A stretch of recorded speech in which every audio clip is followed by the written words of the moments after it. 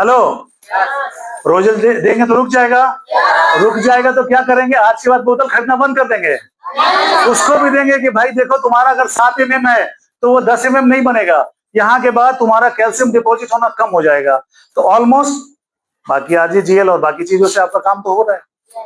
कभी कभी ऐसा होता है, लोगों को ये पता ही नहीं है कि हम कौन कौन सा प्रोडक्ट इस्तेमाल करें जिससे हमारी वो छोटी छोटी दिक्कतें सॉल्व हो जाती हैं। हेलो, इनको भी नींद आ गया। आप पड़ोसी से देखिए, फायदा यही होगा जी।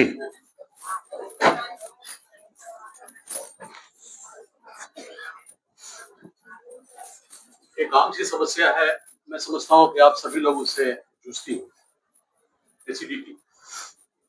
खाने में हम लोग का कोई परहेज नहीं, और हम लोग अक्सर रोड पे घूमने वाले से चाट, पानी पूरी या इस तरह की जो भी चीजें हमारी हैं, हम खाने में ज्यादा रुचि रखते हैं। उसका परिणाम क्या होता है? एसिडिटी का यदि सबसे बुरा प्रभाव यदि किसी को अभी तक अनुभव हुआ होगा तो उसमें से एक है, आप रात में खा के सोती है। लोग कहते हैं 7 बजे खा लो, 9 बजे खा लो, 10 बजे खा लो, या जो भी खा लो, पचाने में कहीं कोई दिक्कत नहीं है। लेकिन पाचन क्रिया एक ऐसी क्रिया है जो हर पेट के साथ अलग अलग जुड़ी है, आप इस बात को ध्यान में रखिएगा। और यदि आपने उन सारी चीजों को खाने के बाद पेट के साथ खिलवाड़ किया, सोने में खासतौर से उसको पचाने में, पाचन क्रिया में, तो आपकी सबसे पहली समस्या होगी कि जो एसिड आपका है वो यहाँ से उठ के ऊपर आएगा। एक दूसरी बात है, हम नहीं जानते हैं कि हमें बाईं करवट सोना है, सीधा सोना है या दाहिने सोना है। अक्सर लोग करवट बदल बदल के सोते हैं। मैं बहुत व्यवहारिक बात आपसे कर रहा हूँ। उसमें क्या होता है कि हम लोग आज के दिन में कभी बाएं सोते हैं, कभी दाहिने सोते हैं, कभी बीच में सोते हैं, लेकिन जब सो जाते हैं तो पता नहीं चलता कि किस करवट सोए। यदि आपने दाहिने करवट गलती से भी घंटे 2 घंटे सो लिया तो आपकी एसिड ऊपर चढ़ती है, उसको हम लोग एसिड रिफ्लक्स बोलते हैं। आप लोग जान लीजिए, एसिड रिफ्लक्स बोलते हैं, ये मेडिकल टर्म में है, मनोज जी जानते हैं। होता क्या है कि हमारी जो पाचन खाने की जो नली है, उसमें जो तीखा सा आपका जो एसिड चढ़ता है, जो पाचन के लिए पेट में होता है, वो क्या करता है, आप इसको जलाना शुरू करता है। जलाते जलाते मुंह के उस भाग तक पहुंच जाता है जहां पर आपको कभी कभी लगता है बहुत खट्टापन है और शायद जलन हो रही है। इसका इलाज नहीं है, मैं आपको बता दूं, इसका इलाज नहीं है। मैं उससे जूझ रहा हूं। अभी वोकल कॉर्ड पर असर पड़ती है, हम बोल नहीं पाते, खराशते हैं, कभी जख्म सी हो जाती है, सूजन हो जाता है, जिसके चलते आज हमको तकलीफें होती है, अनइजीनेस होता है, कभी कभी खाने में भी दिक्कत होती है। इस बात को मैं सरलता से नहीं बोल रहा हूँ, बहुत कठिनाई से बोल रहा हूँ। आप अक्सर पानी ले लिया करते हैं, तो मेरा यहीं पर सवाल हो रहा है कि मैं जो दवाई अभी ले रहा हूँ, ENT को मैंने दिखाया, ENT ने इसको कंफर्म कर दिया। उसके बाद मैंने इसकी सारी जानकारी ली बहुत डिटेल में। दवा हमने खाई, दवा कह रहा है कि 4 से 6 वीक लगेगा आपको, 8 वीक भी लग सकता है, लेकिन मैं 15 दिन से दवा खा रहा हूँ, कोई असर नहीं है।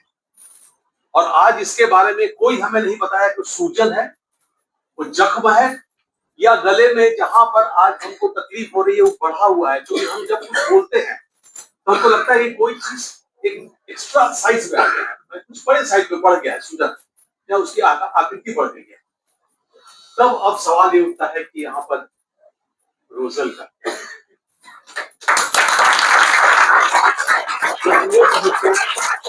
ये समस्या हर किसी के चेहरे पर दिख रही है। मनोज भाई हमारे यहाँ उपस्थित है, बड़ा भाई नहीं था मैं, मेरा छोटा भाई डबल डायमंड सुहा वर्मा के खूब जानते हैं, वो मेरे भी भैया है एक्चुअली। मेरे घर से ये रिएक्शन शुरू हुआ था और उसी में शुरू 2001 में 2001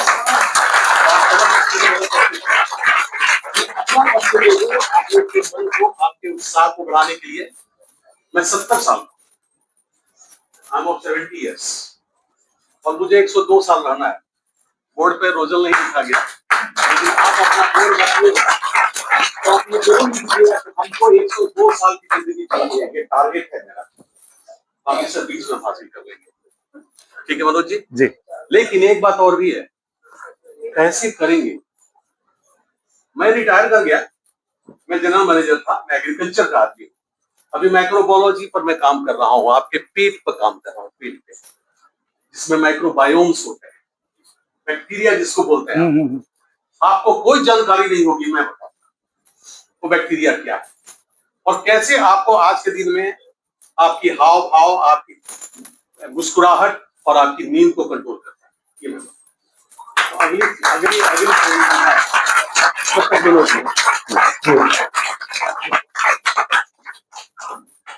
इन्होंने जो विशेष जानकारी दी आपके समझ में आई? तो रिजल्ट उसका लेंगे, ट्राई करेंगे जी। सुनने का भी मन है। अरे वाह लेकिन अभी और लोगों को मौका देना होगा धीरे धीरे करके। भैया तो पहली बार आए आज, शायद हम इनके घर में जब हम ज्वाइन किया था उसके बाद से लगातार 4th फ्लोर पे, और हमको याद है हम लोग इनके 4th फ्लोर पे नीचे से चढ़ के जाते थे। टोटल 84 सीढ़ी होती थी, 84। लेकिन आप एक सवाल नहीं पूछा, इस उम्र में क्यों है? नहीं, अभी उसके बाद पहले बता दूं वहां पे हाँ, और 84 सीढ़ी चढ़ने के बाद अच्छे अच्छे लोगों को थोड़ा सा हांफना तो पड़ेगा, प्यास तो लगती थी। तो जैसे हम 84 सीढ़ी चढ़ के इनके गेट तक, 43 नंबर शायद था ना, हाँ 43 नंबर में गेट पे पहुंचते थे, नॉक करते थे, तो इनके एक भाई साहब है, हम राजू जी भी थे, राजेश कुमार, वो एकदम हंसते हुए आते थे, हंसते हुए, और उनके हाथ में एक प्लेट होता था और प्लेट के ऊपर एक शीशे की गिलास, उसमें एक गिलास पानी, इस तरह लेके आते थे हंसते हुए, आइए गुड मॉर्निंग। क्योंकि उन्होंने कहा कि मुझे मालूम है जो मेरे घर तक आएगा उसको पानी की आवश्यकता जरूर पड़ेगी।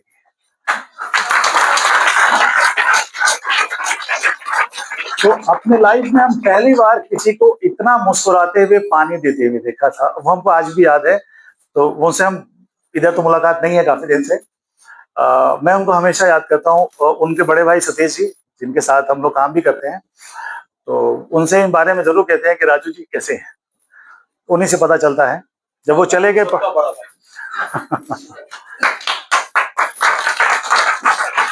आप एक अभी जो आप बोल रहे थे, क्या कुछ बताने वाले थे अभी?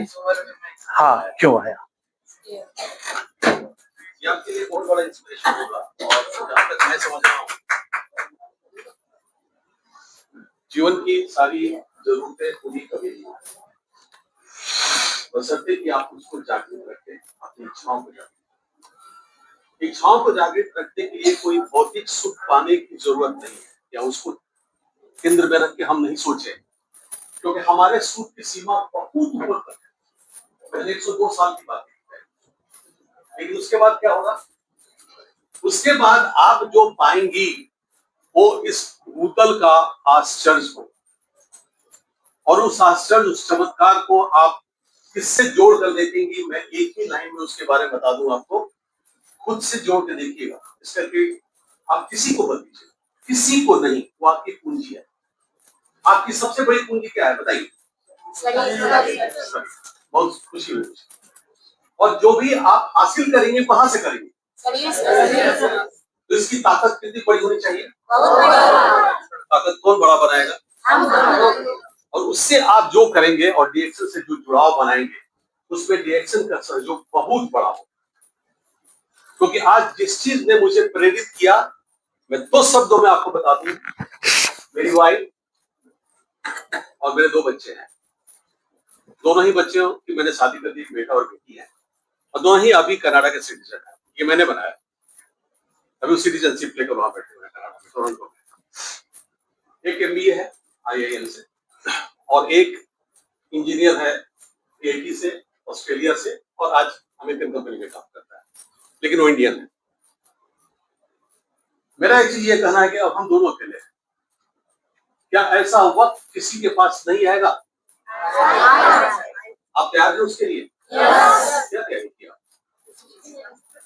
अभी मनोज भाई हमारी इतनी सारी चीजें आपको बता रहे हैं, स्वीकार क्यों नहीं कर रही आप? बस है, पहले उसी की चर्चा कर लीजिए। 6 बोतल की बात कर रहा है, मैं तो बोल रहा हूं मत लो यार, वहां से शुरू करते हैं। और यदि 6 बोतल से आप 60 बोतल पे जाती हैं, तो इसके लिए हमारा ना कहना बहुत जरूरी है। मैं एक नेगेटिव मार्केटिंग करता हूं। मैं जनरल मैनेजर रहा एक एग्री मैन्युफैक्चरिंग कंपनी में, पेस्टिसाइड की कंपनी में रहा मैं, और मैं उसका आज के दिन में एक ही मार्केटिंग का स्टाइल था मेरा कि मैं किसी को लेने के लिए नहीं बोला। यदि मैं आपको आज बता दूं कि हमारी जरूरत नहीं है, आपकी जरूरत है, तो लेने में कितनी आसानी हो जाएगी अब। मैं आपसे डिफर नहीं कर रहा हूं, लेकिन समझदारी आपकी क्या कहती है मैं बता। इस उम्र में मैं यहाँ पैसे के लिए नहीं आया, लेकिन हम डीएक्शन से प्रभावित हैं। जिस साल से ये बोल रहे हैं हमारे भाई के बारे में, ये एजेंसी यहाँ पर स्टार्ट की थी सतीश वर्मा, और आज के दिन में उसने हमसे कहा एक खास परिस्थिति में कि भैया आप डीएक्शन का बहुत सारा चीज इस्तेमाल करते हैं, लेकिन अब एक खास परिस्थिति में आप डीएक्शन को इस्तेमाल, और परिस्थिति क्या है मैं बता दूं। पेट का मैंने जिक्र किया, पिछली बार आया था मैं लेने के लिए, एक महिला मुझे मिली, कहती है यहाँ पर बहुत मुझको दर्द, सर बताइए क्या होगा। क्योंकि मैं वोकल आदमी हूँ, आप जानती हूँ कि कुछ लोगों ने पहले भी हमसे हमारा चेहरा देखा होगा। मैं बोलता बोलने की मुझे आदत नहीं, शौक है। जब उसने कहा, हमने कहा कि पेट की समस्या, और पेट की समस्याएं आज किसके पास नहीं। हाथ उठाइए, हाथ उठाइए, देखो मेरी सरकार बनती है क्या, और मेरी सरकार इस पेट के इलाज के लिए, और पेट को आज से नहीं बचाने के लिए नहीं, बल्कि जीवन को बचाने के लिए जिन परिस्थितियों से मैं जूझ रहा हूं, उस पर डीएक्शन का उसके समाधान क्या है। मेडिकल साइंस, माइक्रोबायोलॉजी, और आज के दिन में जितने भी ये मेडिकल के ब्रांचेस हैं, सबकी मैंने स्टडी की, चूंकि पढ़ना मुझे बहुत अच्छा लगा। मैं यूनिवर्सिटी का टॉपर, हिंदी अंग्रेजी का ज्ञान आपको ज्ञान देने के लिए बनाया गया। ये ध्यान रखिएगा, जानते हैं कि सीमाएं आपकी क्या है। मेरी वाइफ को कैंसर है, और कैंसर है पैंक्रियाटिक। जी आप जोड़ सकते हैं अपने से, लिखिए आपकी सीमा में जानता हूं। उस पैंक्रियाटिक कैंसर का मतलब होता है शुगर, पैंक्रियास से शुगर निकलता है, और पैंक्रियाटिक कैंसर को जब स्ट्रेस देंगे, स्ट्रेस से मतलब तनाव, तो आपके शरीर में विभिन्न प्रकार के तनाव आते हैं। आंखों का तनाव आएगा, आंख चला जाएगा, कान का तनाव आएगा, अचानक तो सुनने के बहरे हो जाएंगे, पैर में हड्डी में तनाव होगा, घुटना चला जाएगा। तो तनाव कितनी बड़ी बीमारी है, किसके पास तनाव नहीं जा रहा, सबके पास है। तो चैन और बेचैन के बीच में हम जिंदा है, चैन कोई नहीं दे रहा है। हर जगह दुकान खुली है बेचैनी की, चैन दे रहा है डीएक्शन।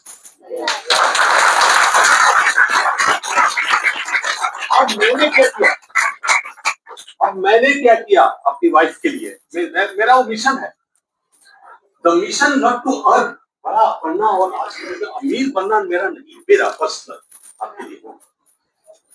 जब हमने सारे डॉक्टर्स को दिखा दिए, उन्होंने सर्जरी करके उसकी पूरी शरीर के विभिन्न अंगों को निकाल के फेंक दिया, जिंदा रखा, सिर्फ पैसे जो गए उसके कोई मतलब नहीं बनते, आपके पास तो हो गए भी नहीं, लूट जाएंगे। उसके बाद 6 महीने के बाद आज उस पैंक्रियाटिक कैंसर का पुनः उद्भव हो गया,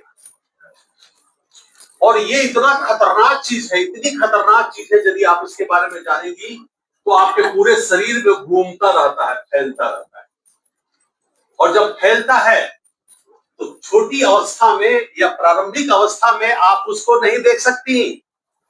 जब वो कुछ बड़ा हो जाएगा, फिर दर्द होगा, फिर परेशानी खड़ी होगी, डॉक्टर के पास जाएंगी, तो उसके बाद कम से कम 50,000 का टेस्ट होगा आपका।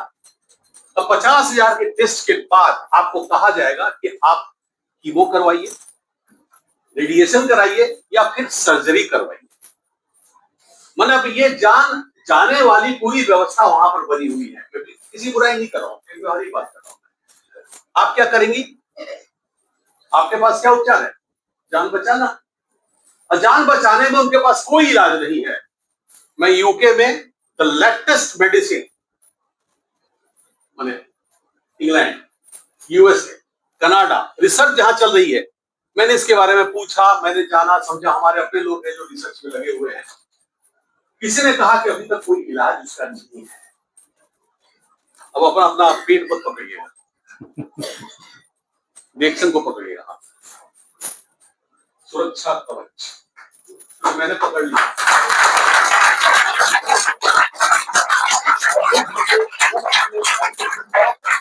भाई तुम मुझको क्यों बता रहे हो कि आज मैं आज ही जीएल में लूं 6 टैबलेट पर डे, 6 कैप्सूल, एक हफ्ते के बाद 8 कैप्सूल, उसके बाद 10 कैप्सूल। दूसरे बोले कि भैया ब्लड कैंसर में 30 कैप्सूल उन्होंने में कितना कितना पढ़ाएंगे, लेकिन नहीं, उतना नहीं आपको जाने की जरूरत। उसके बाद में चाय जो बनती है उसकी एक बोतल और इतना डाल के दोनों में से आरटीजीएल में से डाल के उसको बोतल बना के बीबी को बना के कि वो करवा। ये सब करने के बाद उनको मैं कॉफी पिला। बात आप समझ रही हैं? खाने पीने की जो भी डॉक्टरी सलाह है वो मारने वाली सलाह है। डाइटिशियन के पास जाएगा तो मत खाइए, मत खाइए, मत खाइए। आपसे पूछ सकता हूँ सबसे अच्छा खाना कौन होता है? सबसे अच्छा साफ सुथरा। और कोई बोलो। जो आपके जीभ को अच्छा नहीं लगे वही आपका अच्छा। मैं आपको एक लाइन बता, किसी के पास वो जवाब नहीं होगा। माँ का खिलाया हुआ खाना सबसे अच्छा।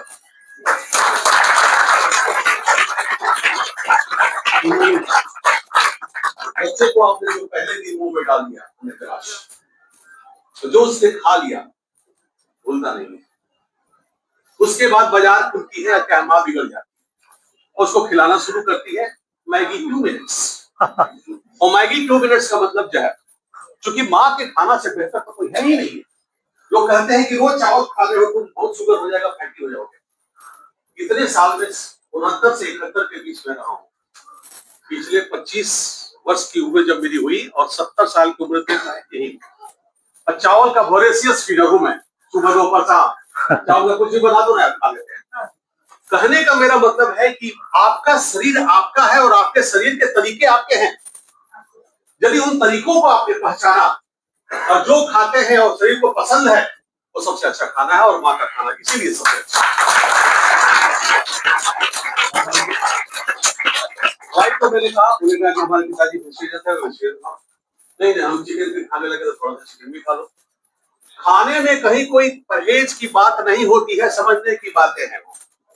और हमने जब उनको ये दिया और हमने अभी दवाई शुरू कर दी, 15 दिन हो गए हमारे, 10-15 दिन मैं मॉनिटर कर रहा हूँ मेडिकली। मैं मॉनिटर कर रहा हूँ उनके पैरामीटर्स पर। एलोपैथ की सबसे अच्छी खासियत क्या है, वो आपको डायग्नोसिस दे देगा, हम नहीं दे सकते। वो आपको जांच दे देगा मशीन से निकाल कर, हम नहीं।